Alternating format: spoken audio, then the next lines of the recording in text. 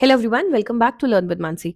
All India bar exam की हमारी previous year question series में हम आज नया टॉपिक स्टार्ट कर रहे हैं and that is IPC, Indian penal code. ठीक है, ये हमारा पार्ट 1 है। इसके 4 से 5 पार्ट आएंगे आज और कल में and will be done with IPC. So stay tune. और टाइमिंग्स पे हो सकता है लेक्चर अपलोड हो, but I request you please देखना एंड हम्बल रिक्वेस्ट 1 to 5 सारे देखना।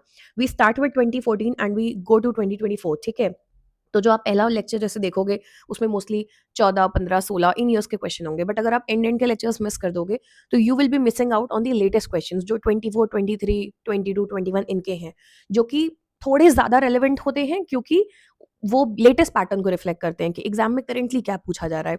Specially the last part, because उसमें हम बीएनएस कवर करते हैं हमेशा। ठीक है, कोई भी जो भी अब तक हमने टॉपिक कवर किया है, it's mostly going from 2014 to 2024। ठीक है, so don't miss out on that.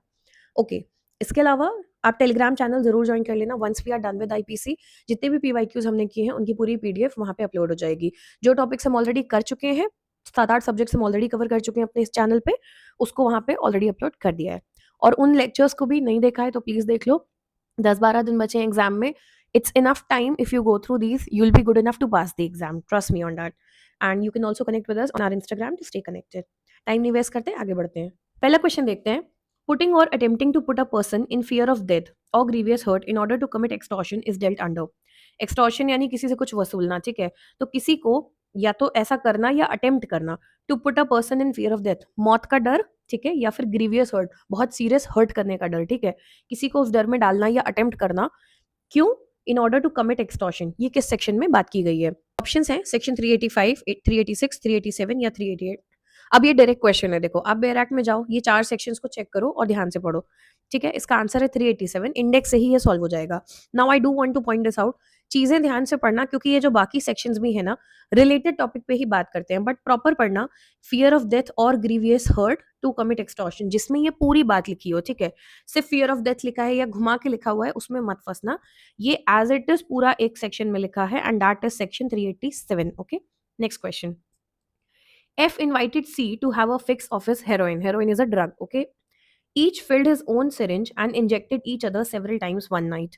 Next morning, F died. Now, on the question of causation, हमें ऑप्शन चूज करना है। हुआ क्या कि F ने C को अपने यहाँ इन्वाइट किया कि ड्रग्स करते हैं साथ में। ठीक है, दोनों ने अपनी अपनी सिरिंज खुद भरी, जो इंजेक्ट करते हैं ड्रग्स को। Okay, injected each other several times in one night. खुद को तो इंजेक्ट किया ही किया, एक दूसरे को भी इंजेक्शन लगाए। ठीक है, नेक्स्ट मॉर्निंग एफ की डेथ हो जाती है। अब हमसे question of causation, question of causation मतलब कॉज से जुड़ा हुआ क्वेश्चन पूछा गया है। आपको ये हिंट दे रहा है कि आपका मुद्दा क्या है क्वेश्चन का। ओके, अब हमें ऑप्शन चूज करना है। Option A, C must be convicted of manslaughter. C को मैन स्लॉटर पे कन्विक्ट करना चाहिए। Option B, C must not be convicted of manslaughter. Option C can be convicted for the position of heroin only. C को आप convict कर सकते हो सिर्फ इसलिए कि उसके पास हेरोइन थी। ठीक है, उसका पोजिशन था। Option D, C is neither guilty of possessing heroin nor the death of F. दोनों में से किसी भी चीज के लिए गिल्टी नहीं है। इसका correct answer is B, C must not be convicted of manslaughter. देखो, manslaughter as a word IPC में डिफाइंड नहीं है, पर इसको बेसिकली बोलते हैं culpable homicide not amounting to murder. Okay, उसके अंदर आता है। तो देखो, सेक्शन 304 में हमने क्या पढ़ा? Punishment for culpable homicide that is not amounting to murder. हमारा मेन मुद्दा क्या है? देखो, to convict C you have to prove कि सी की वजह से एफ की डेथ हुई है। क्वेश्चन किस पे है? कॉजेशन पे, वजह, कॉज पे पूछा गया है। तो अगर सी की गलती है तो तुम्हें ये साबित करना पड़ेगा ना, लॉजिकली सोचो इस बात को, कि सी की वजह से एफ की डेथ हुई है। डायरेक्ट कैजुअल लिंक होना चाहिए सी के किसी भी एक्शन में और एफ की डेथ में। सॉरी, टू प्रूव कि सी ने कुछ किया है, उसको कन्विक्ट करने के लिए आपको प्रूव करना पड़ेगा कि एफ की डेथ उसकी वजह से हुई है, सी कॉज है, कोई लिंक है उसके एक्शन में और एफ की डेथ में। और हमें क्वेश्चन में क्या बताया है? देखो, पहली बात तो एफ ने उसको बुलाया है फिक्स ऑफ हिज हेरोइन, यानी सी अलग से लेके नहीं आ रहा था। एक अपनी अपनी सिरिंज भरी और एक दूसरे को सेवरल टाइम्स इंजेक्शन लगाए। इससे हमें पता चलता है कि एक तो एफ वॉलेंट्री और इंडिपेंडेंटली खुद को इंजेक्ट कर रहा था, खुद को तो लगा ही रहा था, एक दूसरे को भी लगा रहे थे, यानी दोनों इक्वल पार्टिसिपेंट थे। Free voluntary informed act of an adult. F कोई बच्चा भी नहीं था, अपनी मर्जी से ड्रग्स खुद कर रहा था, कोई दूसरा उसे जबरदस्ती कुछ दे नहीं रहा था। ठीक है, तो फिर इस केस में आप कैसे बोल सकते हो कि सी की गलती थी? ओके, ऐसा कोई लिंक नहीं है। वो खुद सी के भी इंजेक्शन लगा रहा था, सोचो तो, यानी ऐसा नहीं है कि उसके साथ कोई जबरदस्ती हो रही थी। तो इस केस में आप सी को कन्विक्ट नहीं कर सकते। Okay, by the way 299 culpable homicide की बात करता है और 300 मर्डर की बात करता है। ठीक है, आई होप दिस इज क्लियर। कुछ ना समझ में आए तो कमेंट्स में पूछ लेना। ऑल्सो अगर किसी क्वेश्चन में कोई एरर आपको लगती है and if it turns out to be true, आप कमेंट करो अगर वो सही भी होती है, बिकॉज ह्यूमन एरर है, कई बार मेरे पार्ट पे भी गलती हो जाती है, तो please do check the pinned comment of that video. अगर कहीं पे भी कुछ एरर करेक्शन है तो वो मैं हमेशा कमेंट करके उसे पिन कर देती हूँ कि कोई भी लेक्चर देखने आए तो उसे पता चल जाए। So do check the pinned comments of the lectures you are doing. Okay, next question, literally mens rea means, mens rea का लिटरल मीनिंग पूछा है। Option A guilty mind, option B guilty of a wrongful purpose, option C criminal intent, a guilty knowledge and wilfulness, या फिर D all of the above. देखो mens rea कहीं defined नहीं है IPC में, bear act में नहीं है। नाउ अगेन ये मैंने हर टॉपिक में बोला है, यहाँ का भी पहला लेक्चर है तो I am saying this.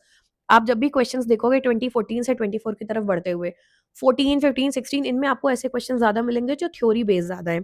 Although mens rea तो बहुत ही जेन्युइन टॉपिक है, बट स्टिल ये थ्योरी बेस्ड ज्यादा है। रीजन बीइंग कि पहले बैराक के अलावा भी ओपन बुक में आपको नोट्स अलाउड होते थे, किताबें अलाउड होती थी, तो you were expected to know all this, right. अभी क्या हो गया, सिर्फ बैराक है तो मोस्टली ऐसे क्वेश्चंस कम हो गए हैं, but we solve them in PYQs की रिपीट भी हो तो आपको आता हो, प्लस आपकी कंसेप्चुअल क्लैरिटी होनी चाहिए। मेंसरिया तो इधर way it's a very common topic, मतलब ये तो बेसिक्स में आ जाता है, तो आपको पता होना चाहिए। इसका correct answer is A guilty mind. हमसे लिटरल ट्रांसलेशन पूछा है। मेंस का मतलब होता है माइंड और रिया का मतलब होता है गिल्टी, यानी गिल्टी माइंड, यानी गिल्टी माइंड का मतलब कि आपका इंटेंशन ही था कुछ करने का। मतलब एक होता है मेरे हाथ से किसी के ऊपर कुछ सामान गिर गया, एक होता है गलती से गिरना, एक होता है मैंने जानबूझ के ही किया है उस इंसान को नुकसान पहुंचाने के लिए, ठीक है। तो उसको हम बोलते हैं कि मेरा माइंड गिल्टी है, मेरे दिमाग की गलती है। ओके, तो मेंस रिया मतलब guilty mind. Not directly defined in IPC, it is a general principle of criminal jurisprudence. Actor serious किसे बोलते हैं, गिल्टी एक्ट को, कि मैंने एक गोली चला दी तो वो एक्ट गिल्टी है, it is actor serious. Okay, but क्या मेरा माइंड गिल्टी था, उस इंसान को मारने का प्लान था, हो सकता है मेरे हाथ से गलती से चल गई हो, मुझे बंदूक चलानी ना आती हो, या कुछ और एक्स वाई जेड सिचुएशन। तो क्वेश्चन होता है actor serious is guilty act, काम तो मैंने गलत किया है, एक्ट गिल्टी है, किसी को गोली अगर लग गई है। मेंस रिया गिल्टी माइंड, क्या मेरा माइंड गिल्टी है, और क्राइम मर्डर ये सब प्रूव करने के लिए ये जरूरी होता है, ठीक है। नेक्स्ट क्वेश्चन देखते हैं, in which of the following cases is mens rea not an essential ingredient for offences under. किस केसेस में mens rea is not an essential, mens rea क्या होता है आपने पिछले क्वेश्चन में समझ लिया, now you will answer this. Option A revenue acts, option B public nuisance, option C criminal cases which are in summary mode, या फिर option D all of these. इसका correct answer is D all of these. देखो हमसे not पूछा है, पहली बात तो ये याद रखना। Okay, look for the wordings of the offence. जब भी ऐसे क्वेश्चन आए, अब आप सोचोगे बेराक में वर्ड टू वर्ड तो कहीं दिया नहीं है, इसको सॉल्व कैसे करेंगे, तो साथ में सीखते जाओ। वर्ड्स पढ़ोगे क्या है, अगर वर्ड है फ्रॉड्यूलेंटली यानी फ्रॉड करके किसी के साथ कोई काम किया गया है, इंटेंशन यानी किसी नियत से जानबूझ के किया गया है, नॉलेज में जानते बूझते नॉलेज होते हुए भी किया गया है, रीजन टू बिलीव यानी मेरे पास काफी वजह है ये विश्वास करने के लिए कि तुमने ये काम इसलिए किया है, या फिर नेग्लिजेंस, अगर ऐसे वर्ड यूज हो रहे हैं तो फिर उसमें मेंस रिया होगा। बट अगर ऐसे वर्ड नहीं यूज होते हैं तो ये ऑफेंस स्ट्रिक्ट लाइबिलिटी से रिलेटेड है, यहाँ मेंस रिया जरूरी नहीं है। जैसे कि पब्लिक न्यूसेंस जो हमारा ऑप्शन था, सेक्शन 268 आईपीसी उसके बारे में बात करता है, वहां इंटेंशन की कोई जरूरत नहीं है, जरूरी नहीं है कि तुम्हारी इंटेंशन है न्यूसेंस क्रिएट करने की, कुछ और भी चीजें हो सकती हैं। तो ये ऑप्शन एक हो गया। रेवेन्यू एक्ट्स में भी इंटेंशन जैसे वर्ड नहीं यूज होते, एंड समरी केसेस बहुत छोटे ऑफेंसेस होते हैं, यहाँ इंटेंशन और इन सब की ज्यादा बात होती ही नहीं है, इतना रिक्वायरमेंट ही नहीं होता है। तो इन सब में मेंस रिया की जरूरत नहीं है, ठीक है। नेक्स्ट क्वेश्चन, एक्टस नॉन फेसिटरियम निसी मेंस सेट्रिया मीन्स, पूरा लैटिन फ्रेज है, एक्टस नॉन फेसिट्रियम निसी मेंस सेट्रिया, ठीक है। इसका क्या मतलब है, option A a deed a material result of human conduct, option B the intent and act must both concur to constitute the crime, option C putting to death, option D an uncommanded manner. अब again bare act में तो है नहीं, कैसे करोगे question. तो देखो इसको तोड़ने की कोशिश करो, जितनी नॉलेज हो उतना, अगर पीवाईक्यूज में करके जा रहे हो तो आप सीख के ही जा रहे हो, बट मान लो एग्जाम में ऐसा कुछ आ जाता है तो इन चीजों को कैसे डिकोड करने की हम कोशिश करेंगे, समझते हैं। देखो इसका आंसर है बी, इसका आंसर है B, the intent and act must both concur to constitute a crime. कोई भी क्राइम होने के लिए एक्शन जरूरी है और साथ में इंटेंट भी जरूरी है, यानी जो अभी हमने पढ़ा था मेंस रिया जरूरी है, ठीक है। अब किसी की डेथ हो जाती है आपके हाथ से, तो एक तो होता है कि आपने गिल्टी एक्ट किया है, हाँ आपके हाथ से किसी की डेथ हुई है, it is a guilty act, but साथ में गिल्टी माइंड भी जरूरी है, इंटेंशन। क्या वो डेथ दूसरे के आपके हाथ से इसलिए हुई है क्योंकि आप खुद को प्रोटेक्ट कर रहे थे, हो सकता है सामने वाला आप पे अटैक कर रहा था, आपने अपने आप को बचाने के लिए कुछ किया प्राइवेट डिफेंस में, या कुछ बाय चांस हुआ है, etcetera, there are many reasons, वो सब लॉ में डिस्कस होता है, but you need guilty mind and guilty act, ठीक है। इंटेंट एंड एक्ट दोनों चाहिए to constitute a crime, an act does not make a person guilty unless the mind is also guilty. Just because आपके हाथ से कुछ ऐसा हो गया जो गिल्टी एक्ट था, वो अपने आप आपको क्राइम नहीं बना देता उस चीज को, तब तक उसका माइंड भी गिल्टी ना हो। ठीक है, यही बात कही गई है यहाँ पे। अब इसको समझने के तरीके क्या हो सकते हैं? मेंस रिया वर्ड दिख रहे हैं हमें यहाँ पे, यानी गिल्टी माइंड से जुड़ी भी कुछ तो बात है। ठीक है, हमने इंटेंट होता है मेंस रिया में ये पढ़ा था। एक लौता ऑप्शन है जिसमें ऐसा कुछ वर्ड यूज हो रहा है। तो अगर मुझे ये सब कुछ नहीं भी समझ में आ रहा, तो भी मुझे इंटेंट दिख रहा है, मेंसरिया दिख रहा है, तो मुझे लग रहा है इसी से रिलेटेड होगा। दैट से रिलेटेड, इन सब से रिलेशन कुछ बन नहीं रहा है। So even if I have to make a wild guess, ये फ्रेज अगर मेरे सामने पहली बार आया एग्जाम में, तो भी मेंसरिया का मतलब जानते हुए इंटेंट होता है, उससे जुड़ा हुआ शायद कुछ होगा। मैं ऑप्शन बी मार्क करूंगी। ठीक है, आगे बढ़ते हैं। Cheating and there by dishonestly inducing delivery of property और द मेकिंग ऑल्ट्रेशन और destruction of a valuable security किसके अंदर डील करते हैं? सेक्शन 417, 418, 419 या 420 ऑफ आईपीसी। तो यहाँ पे इन्होंने आईपीसी बता दिया, 4 सेक्शन दे दिए, जाके चेक करना है। Answer is option D, section 420 of IPC, जिसको लेके कॉमन फ्रेज चलता है 420 करना, कि कुछ गड़बड़ी करना, चीटिंग करना किसी के साथ। ठीक है, कोई बेईमानी करना। तो 420 में क्या लिखा है? Cheating and dishonestly inducing delivery of property. Next question, whoever causes bodily pain, disease or infirmity to any person is said to have inflicted dash on the victim। अगर आप किसी को bodily pain, disease या infirmity cause कर रहे हो, तो आप क्या कर रहे हो victim के साथ? Grievous hurt, assault या none of the above? इसका correct answer is B, hurt. whoever causes bodily pain, disease or infirmity to any person is said to have caused hurt। Grievous hurt क्या होता है? ज्यादा गहरा, मतलब ज्यादा सीरियस होना, चोट। ठीक है, following kinds of hurt are designated as grievous, यहाँ पे कई सारी दी हुई है। ठीक है, जैसे कि परमानेंट डिस्फिगरेशन, किसी के साथ आपने कुछ ऐसा किया जिसमें उसका परमानेंट नुकसान हो गया है शरीर का। ठीक है, परमानेंट कान खराब हो गया, आंख खराब हो गया, this is grievous hurt. Okay, next question, personation at election in an offence under dash of IPC is an offence, sorry. तो अगर इलेक्शन में आप पर्सोनेशन करते हो, तो वो ऑफेंस किस सेक्शन के अंडर है? आईपीसी के। अब आपको पता है बैराक कौन सा खोलना है? आईपीसी। 4 सेक्शन दिए हैं, section 124A, 121A, 153A and 171D, जाके चेक करना है। Option D 171D is the answer, index में ही पता चल जाता है। तो this is an easy question. Next question देखते हैं। Raman, having found the key of Raju's house, which Raju had lost, commits house trespass by entering Raju's house after opening the door with that key। तो रमन ने कौन सा offence किया है? राजू के घर की चाबी थी, राजू से खो गई, रमन को मिल जाती है, वो उसके हाउस ट्रेसपास, मतलब ट्रेसपास मतलब किसी की प्रॉपर्टी में बिना उसकी परमिशन के जाना। ठीक है, मेरा घर है और आप पीछे से उसमें आ रहे हैं बिना परमिशन के, अलाउड नहीं है, तो आप ट्रेसपास कर रहे हैं। ठीक है, लोगों क्या देखोगे, बोर्ड लगा होता है ट्रेसपासर्स विल बी प्रोसिक्यूटेड, उसका मतलब ये कि आप इस प्रॉपर्टी में एंटर नहीं कर सकते विदाउट परमिशन। ओके, तो रमन को वो चाबी मिली और उसने हाउस ट्रेसपास किया राजू के घर में जाके, डोर खोल के जाते हुए चाबी से। तो कौन सा ऑफेंस किया? House trespass, criminal trespass, house breaking या नन ऑफ दीज? इसका करेक्ट आंसर है C, house breaking. Section 445 house breaking में देखो क्या लिखा है, a person is said to commit house breaking who commits house trespass. किया तो हाउस ट्रेसपास ही है if he effects his entrance into the house और any part of it in the 6 ways. अब अगर दिए हुए 6 तरीकों में से हाउस ट्रेसपास किया जाता है, तो उसे हाउस ब्रेकिंग कहते हैं। उन 6 तरीकों में से फोर्थ क्या दिया है? इफ ही एंटर्स और quits by opening any lock in order to the committing of the house, in order to commit the house trespass or in order to quitting of the house after a house trespass। अगर वो कोई lock खोल के अंदर आता है house trespass करने के इंटेंशन से, या फिर इन order two of quitting the house after trespass, की शायद घूम के लौट जा रहा है, व्हाटएवर। एफ में देखो हमारा जो क्वेश्चन है सेम दिया हुआ है, इसको हम कहते हैं हाउस ब्रेकिंग। ठीक है, next question, dash defined crime as a violation of public rights and duties due to the whole community considered as a community. किसने ये डिफाइन किया था क्राइम को कि एक वायलेशन है पब्लिक राइट्स का एंड ड्यूटीज का? ठीक है, क्योंकि पूरी कम्युनिटी के खिलाफ आप गलत कर रहे हो। Option are A Blackstone, B justice Bhagwati, C V R Krishna Iyer and D lord Hayward. अब देखो ये भी बैराक में नहीं दिया है, आंसर कैसे करोगे? अब यहाँ पे थोड़ा सा लॉजिक लगाते हैं, मैं साथ साथ आपको क्वेश्चन सॉल्विंग यही सिखाती जा रही हूँ। जस्टिस भगवती, अगर आपने हमारे पुराने लेक्चर्स किए आपको पता होगा इनका लिंक ज्यादातर पीआईएल जैसे टॉपिक से है, तो फिलहाल मुझे लगेगा ये आंसर नहीं हो सकते। वी आर कृष्णा अय्यर भी हमें पता है बेल से रिलेटेड टॉपिक्स हैं। अब ये कब पता है? जब मैंने प्रीवियस लेक्चर्स किए हैं, वहां पे पीवाईक्यूज कर चुकी हूँ मैं। तो मेरे दिमाग में आ रहा है या तो ब्लैकस्टोन है या लॉर्ड हिवर्ट। अब हो सकता है इन दोनों में आपको कुछ आइडिया ना हो, तो आप वाइल्ड गेस लगाओगे, बट आपकी प्रोबेबिलिटी सही मार्क करने की ज्यादा हो जाती है। बाकी आपने अगर सीआरपीसी थोड़ा भी बेसिक पढ़ा है, ब्लैकस्टोन काफी मशहूर है, इसमें उनकी थ्योरीज काफी फेमस है, तो answer is Blackstone. Justice Bhagwati mostly PIL से जुड़े हुए हैं, Krishna Iyer is mostly related to bail reforms and human rights in criminal law. तो होता क्या है ना, आपको इस तरीके के लॉजिक्स का यूज करना पड़ता है ऐसे क्वेश्चंस को आंसर करने के लिए। ठीक है, क्योंकि कई बार, अब देखो ये बैराक में तो नहीं दिया है, but you have to develop your own logic to make a smart guess. ऐसे ही 1 2 3 4 कुछ भी मार्क ना कर दो, थोड़ा सा दिमाग लगाओ कि क्या बेस्ट ऑप्शन हो सकता है। Next question, B obtained a sum of 50,000 from D by putting D in fear of death. B ने डी से 50,000 रुपए लिए, कैसे? डी को मौत का डर देके, ठीक है। तो बी ने यहाँ पे क्या किया? ऑप्शन है A extortion, B cheating, C mischief या D robbery. Correct answer is D robbery. देखो 383 में एक्सटॉर्शन बताया है कि जो भी intentionally puts any person in fear of any injury to that person etcetera.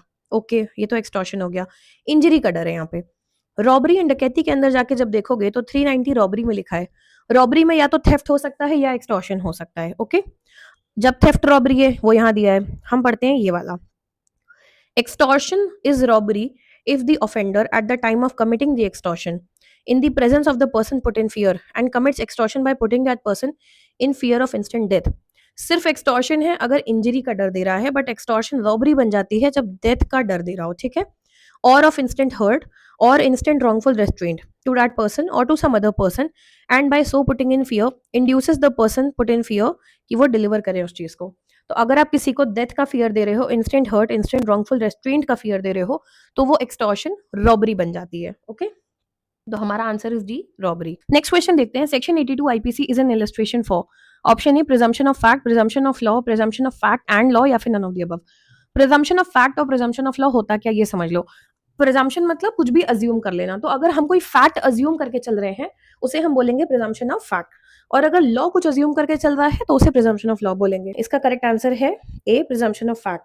देखो सेक्शन 82 में क्या कहा, act of child under 7 years of age, nothing is an offence which is done by a child under 7 years of age. 7 साल से कम का बच्चा कुछ भी करेगा उसे ऑफेंस नहीं मानेंगे।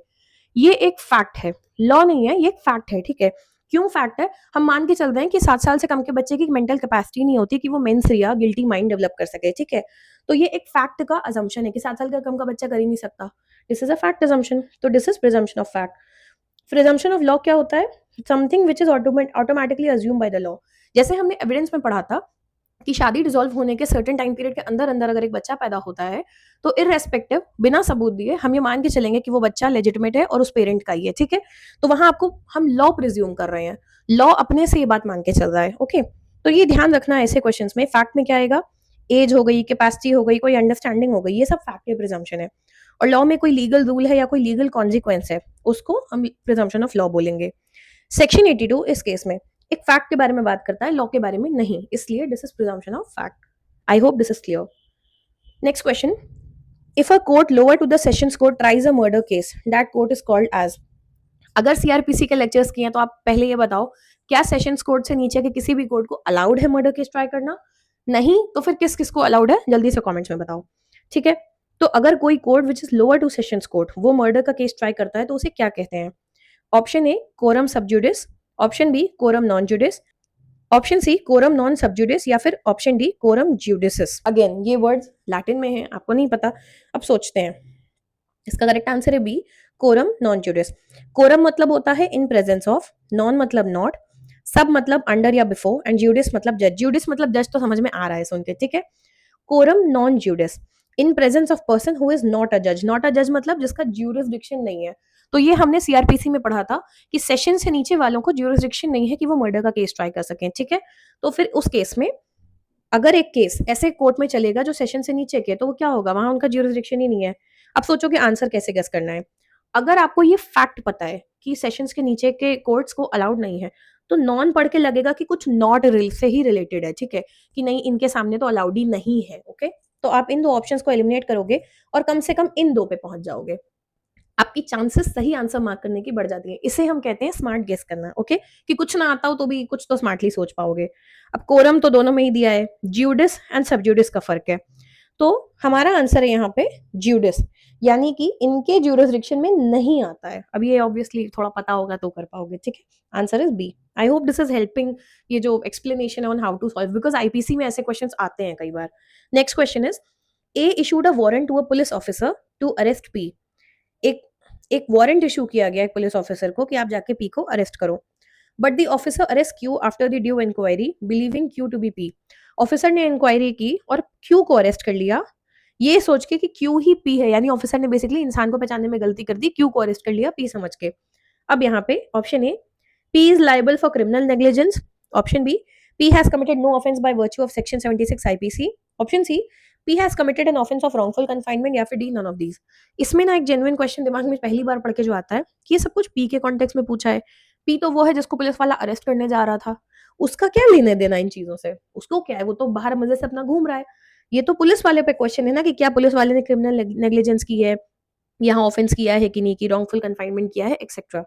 तो इसको एक चीज समझो, यस ये फ्रेमिंग इस तरीके से है कि ये कंफ्यूजिंग लग सकती है, बट क्वेश्चन हमेशा उस पे होता है कि थ्योरी क्या कहती है, लॉजिक क्या है। ओके तो कभी इस तरीके से आए तो ये मत सोचना नन ऑफ दिस करके आगे बढ़ जाते हैं, लॉजिक दिमाग लगाना अपना। देखो answer is B, P has committed no offence by virtue of section 76 IPC. क्योंकि हमें क्वेश्चन में एक सेक्शन दे दिया गया है, सबसे पहले हम उस सेक्शन को जाके देखते हैं। सेक्शन 76 क्या कहता है, act done by a person bound or by mistake of a fact believing himself bound by law. और अंदर लिखा है nothing is an offence which is done by a person who is or who by reason of a mistake of fact and not by reason of mistake of law in good faith believes himself to be bound by law to do it. कि fact की कोई गलती हो गई है, कानून की कोई कानूनी गलती हो गई है उससे, ठीक है, और उसने गुड फेथ में वो एक्शन किया है। जैसे देखो यहाँ इलस्ट्रेशन में दिया भी हुआ था, A an officer of a court of justice being ordered by the court to arrest Y and after due inquiry believing Z to be Y arrest Z. तो ए ने कोई ऑफेंस नहीं कमिट किया है, गलती मिस्टेक ऑफ फैक्ट हुई है, mistake of law नहीं हुई है। नाउ हेयर लैंग्वेज साउंड्स और जो मैं पहले कह रही थी, as section 76 protects the police officer and not P. However for P both A and C are wrong. अब पी की नजर से ही चलो सॉल्व कर लेते हैं। क्या पी ने कोई क्रिमिनल नेग्लिजेंस की है, नहीं। क्या पी ने किसी को रॉन्गफुली कन्फाइन किया है, नहीं, तो ये आंसर नहीं होगा, ये नहीं होगा। क्या पी ने कोई ऑफेंस कमिट किया है सेक्शन 76 के अंदर, नहीं, उसने कुछ नहीं किया है यहाँ पे, तो आंसर बी हो जाएगा। अगर आप पी के कॉन्टेक्स्ट में सोचोगे तो भी आंसर बी मार्क करना, नन ऑफ दीज नहीं मत करना। बाकी ऑब्वियसली अगर राइटिंग एरर है तो पुलिस ऑफिसर के कॉन्टेक्स्ट में ही पूछा जाता है, ठीक है। AIB focuses on the outcome not just the technical drafting. तो कई बार क्वेश्चन इस तरीके से फ्रेम होते हैं, आपके हाथ में नहीं है, बस दिमाग खुला रखना, ठीक है। Next question, Durham doctrine means, again not in the bare act, आपको पता होना चाहिए। Option A, that an accused is not criminally liable if his unlawful act is the product of immature understanding due to immature age। अगर कोई action उसने immature understanding या फिर अपनी इमेच्योर एज के चलते किया है तो वो क्रिमिनली लायबल नहीं है। Can be that an accused is not criminally liable if his unlawful act is the product of mental disease या फिर mental defect। अगर वो mental disease या defect की वजह से हो रहा है तो फिर वो क्रिमिनली लायबल नहीं माना जाएगा। Option C, that an accused is criminally liable if his unlawful act even if it is the product of mental disease or mental defect।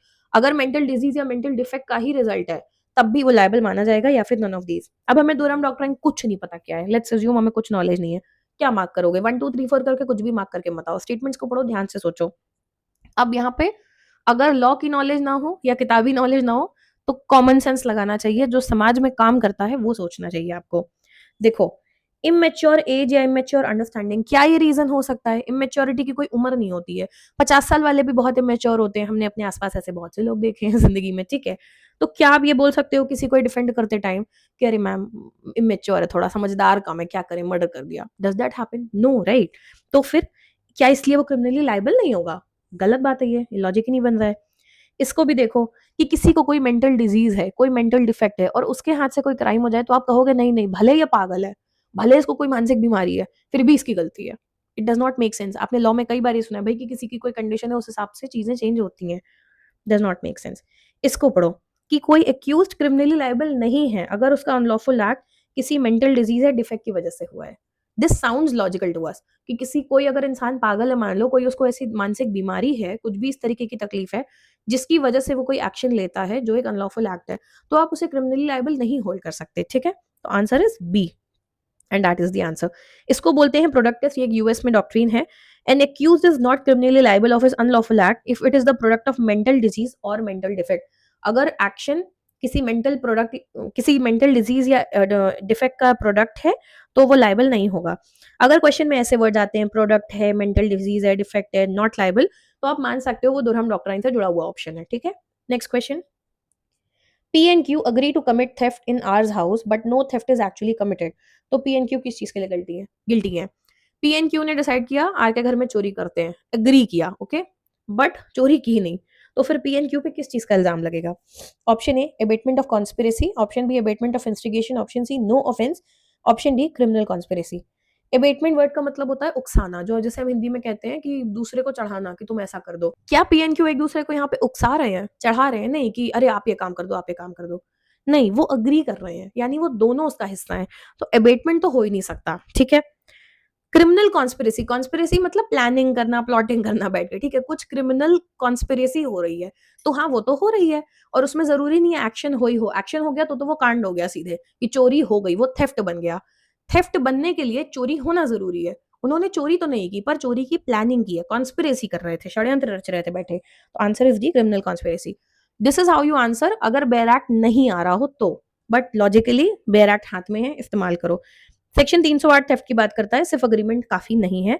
Criminal conspiracy section 120 ए में डिफाइंड है, जहां क्लियरली लिखा है when two or more persons agree to do an act, ठीक है, जो illegal है nature में, तो उन्होंने अग्रीमेंट की थी, हाँ हम करते हैं।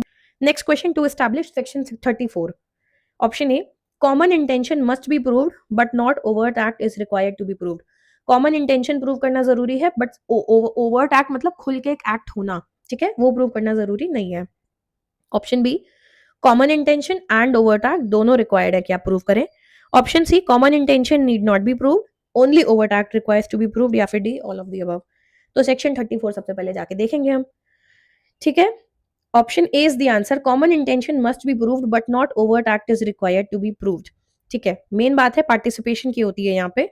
पार्टिसिपेशन बेयर एक्ट में मैंने जानबूझ के अटैच नहीं किया है, क्योंकि बहुत से लोग बेयर एक्ट खोलते ही नहीं है, प्लीज जाके बेयर एक्ट खोलो और सेक्शन 34 देखो किस बारे में।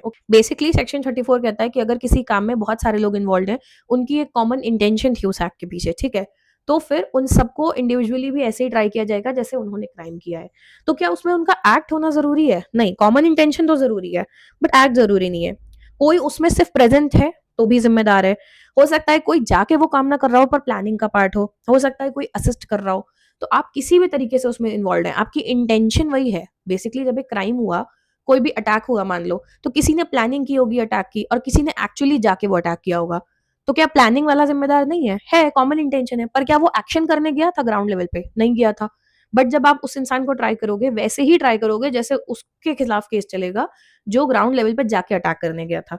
तो ओवर्ट एक्ट जरूरी नहीं है अंडर सेक्शन 34, कॉमन इंटेंशन जरूरी है। Kripal Singh versus state of UP, ये एआईबी में पूछा जा चुका है, इसमें ये बोला गया था कि ओवर्ट एक्शन जरूरी नहीं है। And Pandurang versus state of Hyderabad में भी बोला गया था कि सिर्फ प्रेजेंस होना और कॉमन इंटेंशन काफी है ये प्रूव करने के लिए, ठीक है।